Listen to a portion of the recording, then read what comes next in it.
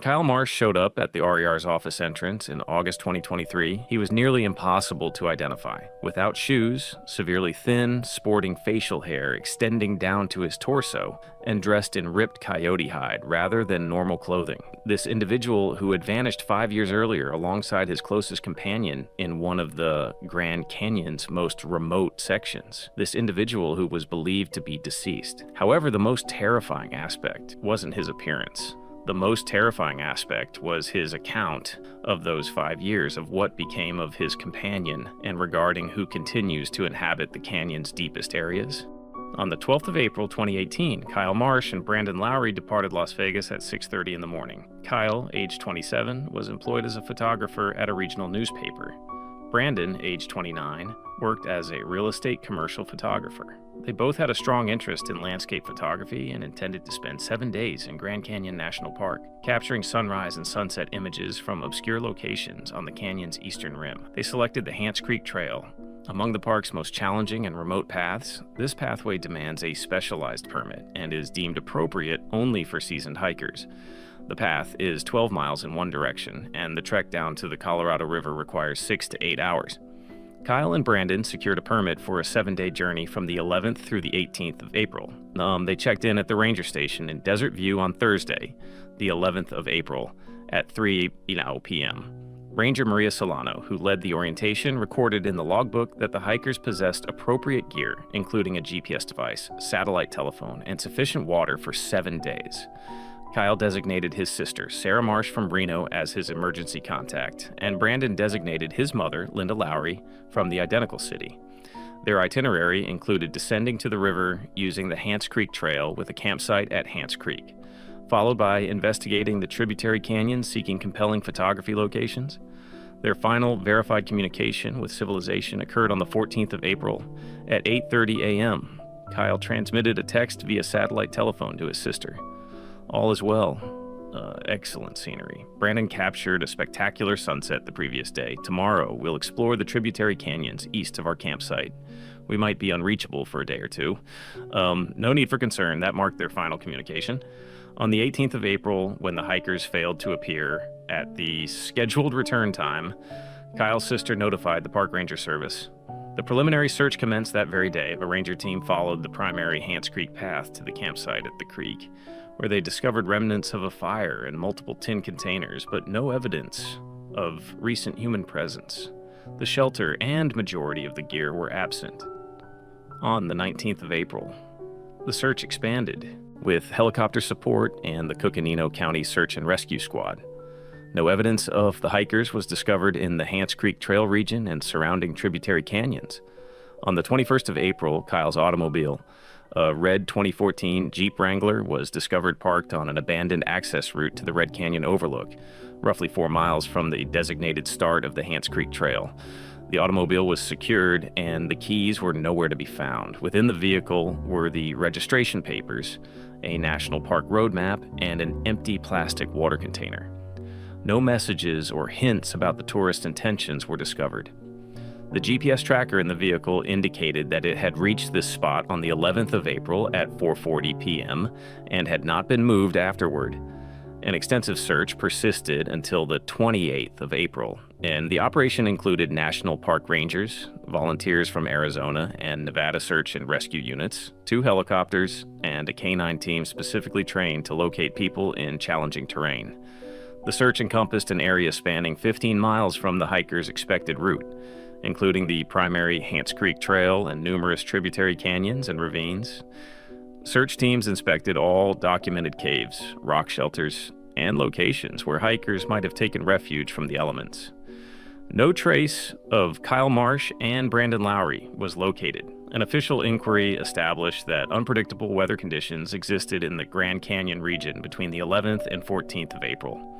Daytime temperatures varied from 18 to 24 degrees C at the canyon's rim and from 28 to 35 degrees at the base. Nighttime temperatures fell to 4 degrees at the rim and 15 degrees near the river.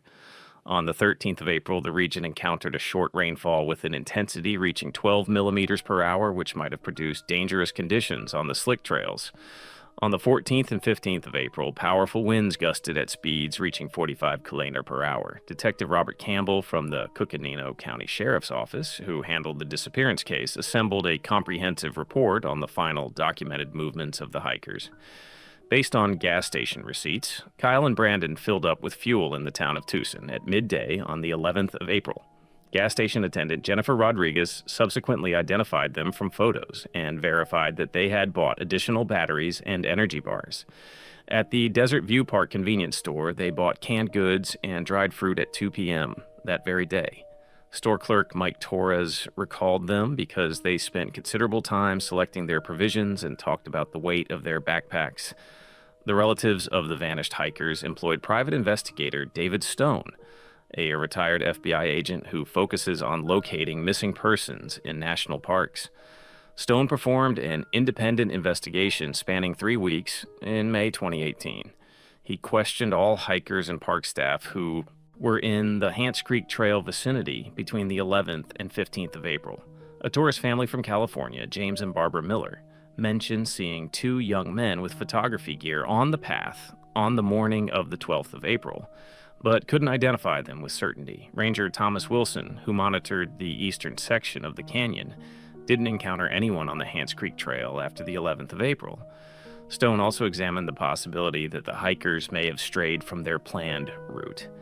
Examination of other hikers' GPS records and cell tower information revealed that there is practically no cellular phone signal in the eastern section of the canyon beyond 3 miles from the rim. Satellite communication exclusively functions with an unobstructed view of the heavens and can be disrupted in tight canyons and beneath rock overhangs. The final documented connection of Kyle's satellite telephone to the network happened on the 14th of April at 8:29 a.m. at a location with coordinates 36 degrees 3 minutes north latitude and 111 degrees 51 minutes west longitude, which matches an area 3 miles east of the primary Hants Creek Trail. By late May 2018, the official search had been terminated. Kyle Marsh and Brandon Lowry were declared presumed deceased. Investigators cited plummeting from a cliff while trying to capture photographs from hazardous locations as the most probable cause of the tragedy. Detective Campbell's report stated that Grand Canyon National Park encounters 8 to 12 fatal incidents related to falls annually. The bodies of the victims aren't always discovered due to the terrain's complexity and the likelihood of them being carried away by water during storms. State Farm Insurance Company rejected the family's claim in June 2018, referencing the absence of proof of death and the bodies of the victims. The family's attorney, Kevin Bruner, filed an appeal to the Nevada District Court, submitting as evidence a private investigator's report and expert testimony that survival in the canyon without water supplies for more than 7 days was impossible.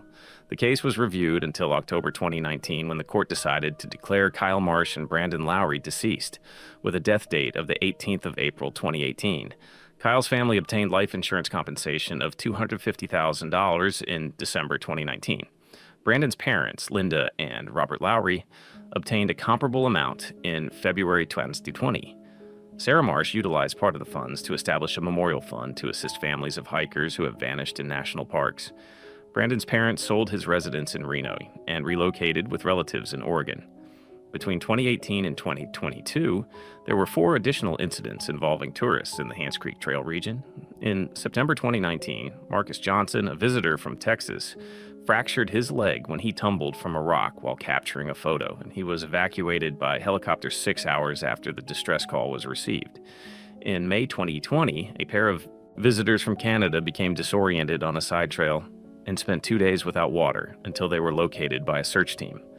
In August 2021, a group of 4 students from the University of Arizona became trapped in a thunderstorm and sought shelter under a rock overhang for 18 hours until the weather cleared. The most severe incident happened in October 2022, when experienced climber Daniel Clark from Colorado fell into a crevasse approximately 40 feet deep. His body was discovered only after 5 days of searching. Clark had intended to follow the identical route that Kyle and Brandon had taken 4 years prior. A printed copy of an article about their disappearance and a map marked with the presumed final location of the missing hikers were discovered in his backpack. Statistics on search and rescue operations in the Grand Canyon reveal a consistent increase in the number of incidents. In 2018, there were 265 cases that required the involvement of rescue services. In 2019, there were 283. In 2020, there were 307. And in 2021, there were 331. 70% of all incidents happened between May and September, when temperatures in the canyon reach 45 degrees C in the shade. The Hants Creek Trail is among the 5 most hazardous routes in the park, alongside the Boucher Trail, New Hants Trail, Tanner Trail, and Beamer Trail. Ranger Maria Solano, who oriented Kyle and Brandon in April 2018, relocated to Yellowstone National Park in March 2020. In an interview with the local newspaper Flagstaff Daily Sun, she stated she recalls these tourists because they appeared well prepared and possessed high-quality equipment. According to her, they did not appear like inexperienced novices who underestimated the canyon's dangers. Solano mentioned that both men posed knowledgeable questions about weather patterns, water sources, and alternative escape routes in case of an emergency. Detective Robert Campbell retired in January 2021, but retained all the case documents on the disappearance of Kyle Marsh and Brandon Lowry in his personal archive. In a telephone interview in March 2022, he stated that the case remained among the most puzzling of his 28 years in law enforcement. Campbell stressed that the total absence of any traces or evidence in such a confined search area was uncommon even for the Grand Canyon. Private investigator David Stone continued his unofficial investigation until 2021, periodically returning to the canyon to examine new areas. He surveyed more than 30 caves and rock shelters within a 10-mile radius of the tourist's presumed route. In some caves, he discovered modern trash, including plastic bottles, tin cans, and scraps of clothing. However, none of these items belonged to the missing men. Stone also questioned all the guides and helicopter tour pilots who operated in the canyon area in April 2018. None of them reported observing anyone in the eastern section of the canyon during that period. The final official attempt to locate traces of Kyle and Brandon was conducted in September 2021 by a group of volunteers from the Nevada Search and Rescue Organization. The 12-person team spent 4 days in the canyon utilizing modern equipment, including drones with thermal imaging cameras and ground-penetrating radar to search for buried objects. The survey encompassed areas that had previously been unreachable to search teams due to the terrain's complexity. Volunteers discovered several animal bones, fragments of old camping equipment, and coins dating back to the early 20th century, but no traces of the missing hikers were discovered. By the summer of 2023, the case of the disappearance of Kyle Marsh and Brandon Lowry had been nearly forgotten. Articles about them occasionally surfaced on internet forums dedicated to unsolved crimes and mysterious disappearances. Some users proposed theories about alien abductions, underground tunnels, or secret government experiments. Most experts concurred that the tourists had perished in an accident and that their bodies had been swept away by floodwaters or consumed by wild animals. The Hants Creek Trail remained accessible to visitors, but the number of tourists selecting this route declined substantially after Kyle and Brandon's disappearance. The park administration strengthened the requirements for obtaining permits for hiking on isolated trails and introduced mandatory registration of GPS trackers for groups of fewer than 3 people. The new regulations took effect in January 2020 and remain in force to this day. Kyle's sister, Sarah Marsh, relocated from Reno to Denver in August 2021 and secured a job with a company that produces GPS navigators for extreme tourism. She continued to maintain contact with the National Park Administration and received notifications of any new findings in the canyon region. Brandon's mother, Linda Lowry, passed away from cancer in November 2022, never learning what had occurred to her son. On August 23, 2023, Ranger Thomas Adams started his shift at the Desert View Visitor Center at 7:00 a.m. The weather was clear, the air temperature was 22 degrees C, and visibility surpassed 15 miles. At 8:30 a.m., a man approached the information desk whom Adams initially confused for one of the extreme tourists who regularly visit remote areas of the canyon. The man was without shoes, and his clothing consisted of a piece of tanned leather resembling an animal skin draped over his shoulders. His hair and beard were long and matted, his skin covered with a layer of dirt and scratches. Adams immediately understood. that the man required medical attention. The man had difficulty standing. His hands were trembling, and his eyes did not focus on the person he was talking to. When asked how he was feeling, he responded incoherently, repeating the words, 5 years and Brandon is dead, several times. Adams contacted emergency medical services and sat the man down on a bench in the shade of a building. 12 minutes later, a team of paramedics from Flagstaff Medical Center arrived. Paramedic Jessica Rodriguez documented the following vital signs. Pulse 120, beats per minute. Blood pressure 90/60, body temperature 35.7 degrees C. The patient exhibited signs of dehydration, exhaustion, and multiple skin injuries, including scars, burns, and fresh scratches. A spiral tattoo was discovered on his chest, done in a primitive manner, presumably with charcoal or soot. The man avoided direct eye contact, flinched at loud noises, and refused to enter the ambulance until the radio and flashing lights were turned off. At the hospital, the patient was placed in the intensive care unit. The attending physician, Dr. Michael Stevens, requested a comprehensive examination, including blood tests, x-rays, an MRI of the brain, and a psychiatric consultation. The test results revealed severe dehydration, a deficiency of vitamins B and D, anemia, and traces of unknown plant alkaloids in the blood. X-rays revealed healed fractures of 2 ribs and the left radius. The brain MRI showed no pathological changes. Psychiatrist Dr. Sarah Thompson performed an initial interview with the patient on the 24th of August. The man was able to answer simple questions but had difficulty recalling coherent memories. He stated his name as Kyle Marsh, and his date of birth is the 15th of January 1996. When asked what year it was, he answered 2018 or 19. When he was informed of the correct date, he was silent for a long time and then began to cry. Thompson noted signs of post-traumatic stress disorder and dissociative disorder in his medical chart. The hospital administration contacted the Coconino County Sheriff's Office on the 25th of August. Detective Anna Vasquez, who specializes in missing persons cases, arrived at the hospital at 2 p.m. for a preliminary interview. Vasquez compared photos of the patient with materials from the 5-year-old case and concluded that it could be Kyle Marsh. DNA samples and fingerprints were taken for final identification. The results of the examination confirmed the man's identity. On the 27th of August, the news that Kyle Marsh was alive shocked everyone involved in the investigation of his disappearance. Kyle's sister, Sarah, received notification from Detective Vasquez at 4 p.m. on the 27th of August. She immediately flew from Denver to Flagstaff and arrived at the hospital at 10 p.m. that same day.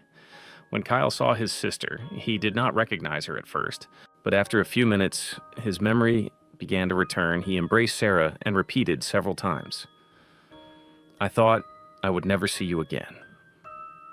Brandon's father, Robert Lowry, flew in from Oregon on the 28th of August. The meeting with him took place in the presence of a psychiatrist and Detective Vasquez. When Lowry inquired about his son's fate, Kyle responded, "They burned him. They burned him alive, and I couldn't do anything about it." After that, he refused to answer any questions until the next day. Lowry departed the hospital without saying a word. He later told reporters that he believed Kyle's story, but did not understand who could have committed such a crime. The first detailed interview with Kyle occurred on the 29th of August in the presence of his lawyer, Kevin Bruner, Detective Vasquez, and psychiatrist Thompson. The conversation was recorded on video and lasted 2 hours and 20 minutes.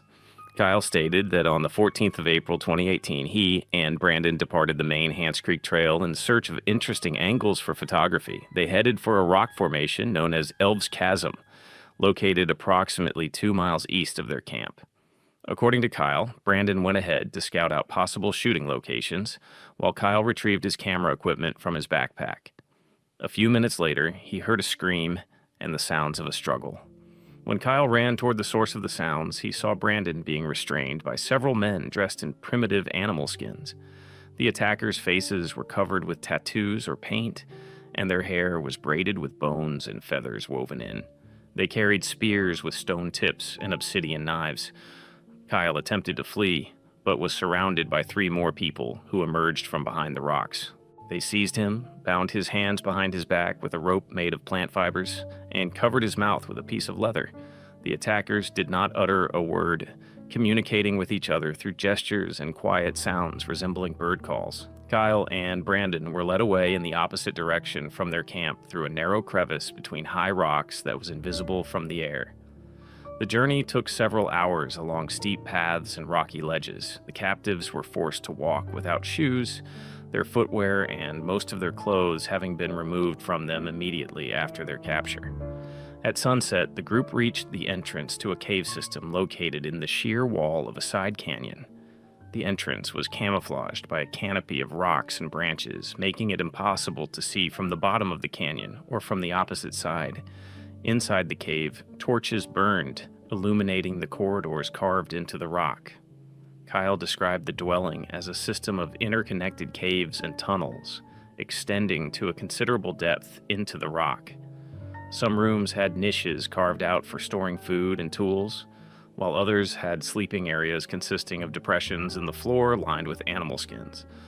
In the central cave was an altar made of flat stone covered with the bones of various animals, skulls, and strange symbols painted with ochre and charcoal. According to Kyle, there were always between 12 and 15 males in the caves, ranging in age from teenagers to elderly men. They all had distinctive tattoos on their faces and bodies, wore clothes made of tanned hides, and followed a strict hierarchy, headed by an old man with white hair and numerous scars on his chest and arms. The others called this man the Blood, and treated him with obvious respect and fear. Kyle and Brandon were held in a separate cave, the entrance to which was blocked by a heavy stone. They were fed once a day with boiled meat of unknown origin, roots and water with a bitter taste. Every morning they were brought to the altar, where the Blood performed a ritual that included reciting incomprehensible spells, burning herbs, and cutting the prisoner's hands. The blood was collected in a stone bowl and poured onto the altar. Attempts to communicate with the kidnappers were unsuccessful. They responded only with gestures or monosyllabic sounds, giving the impression that they either did not know English or had taken a vow of silence.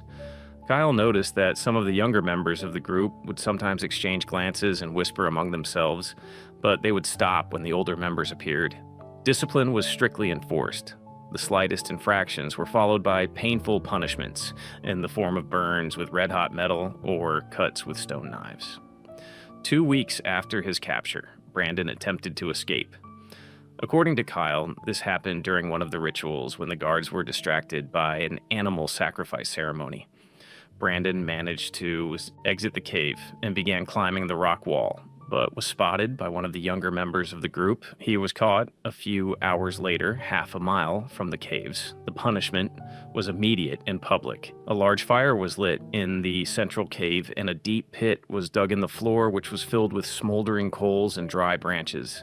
Kyle was forced to witness the execution of his friend. Brandon was tied to a wooden stake and slowly lowered into the burning pit. He screamed for several minutes, then his voice stopped. The blood chanted spells in an incomprehensible language, periodically throwing various objects into the fire. Bones, dried herbs, pieces of metal. The ceremony lasted until dawn. Brandon's remains were removed from the pit and placed in a stone niche in one of the far caves. After Brandon's death, the attitude towards Kyle changed. He was no longer kept in isolation, but, was allowed to move around the caves under the supervision of guards.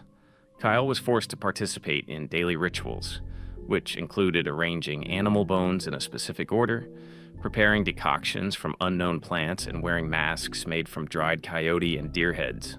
Refusal to participate in the ceremonies was punished with burns from red-hot metal or deep cuts from stone knives. Kyle stated that the members of the group called themselves descendants of the Weeping Snake and considered themselves the last guardians of the ancient rites that their ancestors had performed in the canyon hundreds of years ago. According to their beliefs, the modern world had desecrated the sacred lands, and only constant sacrifices could prevent disaster. Kyle became a living symbol of this desecration, which had to be cleansed through suffering and rituals before being sacrificed. Time passed slowly and monotonously in the caves. Kyle lost track of days and months, orienting himself only by the changing seasons based on the temperature of the air coming through the ventilation holes in the rock.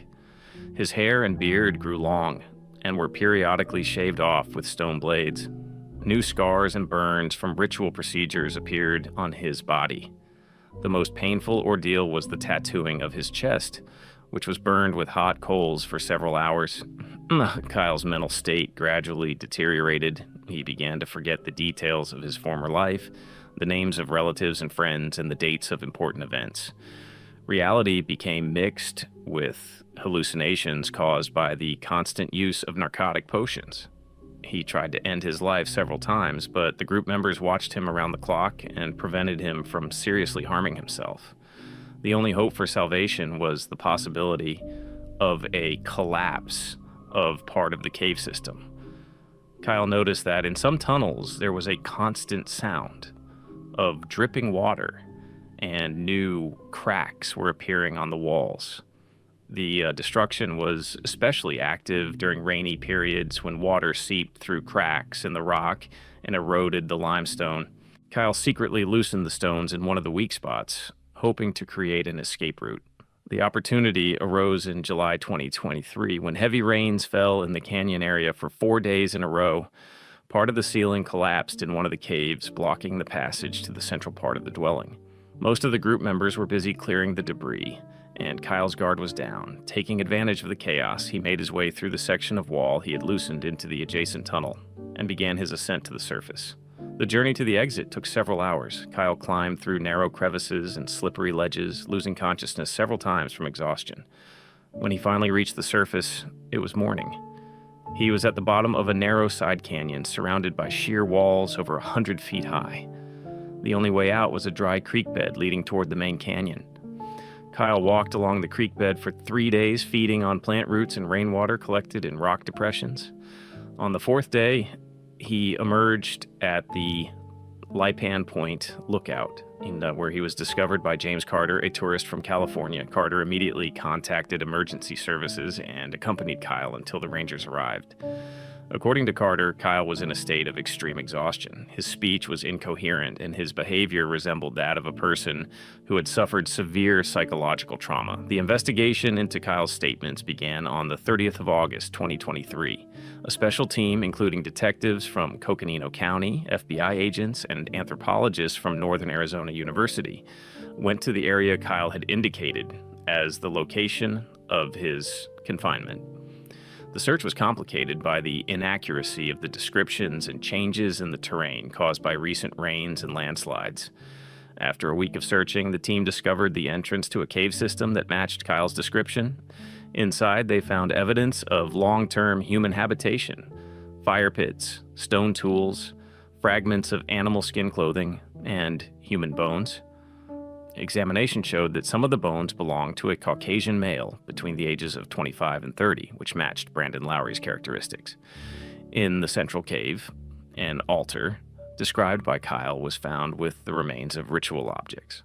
On the walls were drawings made with ochre and charcoal depicting scenes of hunting, sacrifices, and astronomical observations. Radiocarbon analysis revealed that some of the drawings were created more than a century ago, but some of them dated back to the last 5 years. The members of the Weeping Snake Descendants group themselves could not be located. No traces of their recent presence were found in the caves except for, cold fire pits and scattered animal bones. The investigation team concluded that the cult had abandoned the area shortly after Kyle's escape, possibly relocating to another part of the canyon or disbanding completely. The case was officially closed on the 22nd of March, 2024. The final report stated that Kyle Marsh and Brandon Lowry had indeed been kidnapped by an unidentified group of individuals living in isolation within the national park. Brandon Lowry was killed while attempting to escape, and Kyle Marsh was held captive until his release in August 2023. The perpetrators were not identified and brought to justice due to a lack of sufficient evidence and the inability to locate them. Kyle Marsh underwent rehabilitation at a specialized clinic in Phoenix until December 2023. During this time, he partially regained his memory of the events prior to his abduction, but many details of his 5-year captivity remained blurred. Psychiatrists diagnosed him with complex post-traumatic stress disorder and dissociative identity disorder. Treatment included medication, hypnosis sessions, and group therapy with other kidnapping victims. In January 2024, Kyle relocated to live with his sister in Denver, where he continued outpatient treatment. He avoids publicity and refuses to give interviews to journalists. According to Sarah Marsh, her brother is gradually adapting to normal life, but still has difficulty using modern technology and avoids crowded places. He cannot be in enclosed spaces without natural light and wakes up every night from nightmares. Grand Canyon National Park has strengthened security measures in remote areas following the incident. The number of ranger patrols has been increased. Additional surveillance cameras have been installed on the main trails, and mandatory satellite communication has been introduced for all tourists going on multi-day hikes. The Hants Creek Trail remains closed to visitors until additional research on the cave systems in the area is completed. The story of Kyle Marsh and Brandon Lowry has become one of the most mysterious and controversial cases in the history of American national parks. Some experts question Kyle's testimony, pointing to inconsistencies in his story and the lack of independent evidence of the existence of the descendants of the Weeping Snake cult. Other experts emphasize that the artifacts and human remains found in the caves confirm the main elements of his story. It remains unclear whether the descendants of the Weeping Snake were a real group of people or a figment of Kyle's traumatized mind. Wherever the truth lies, this story has forever changed our understanding of the secrets that may be hidden in the most remote corners of the American West. Kyle Marsh survived, but the price of his rescue was too high.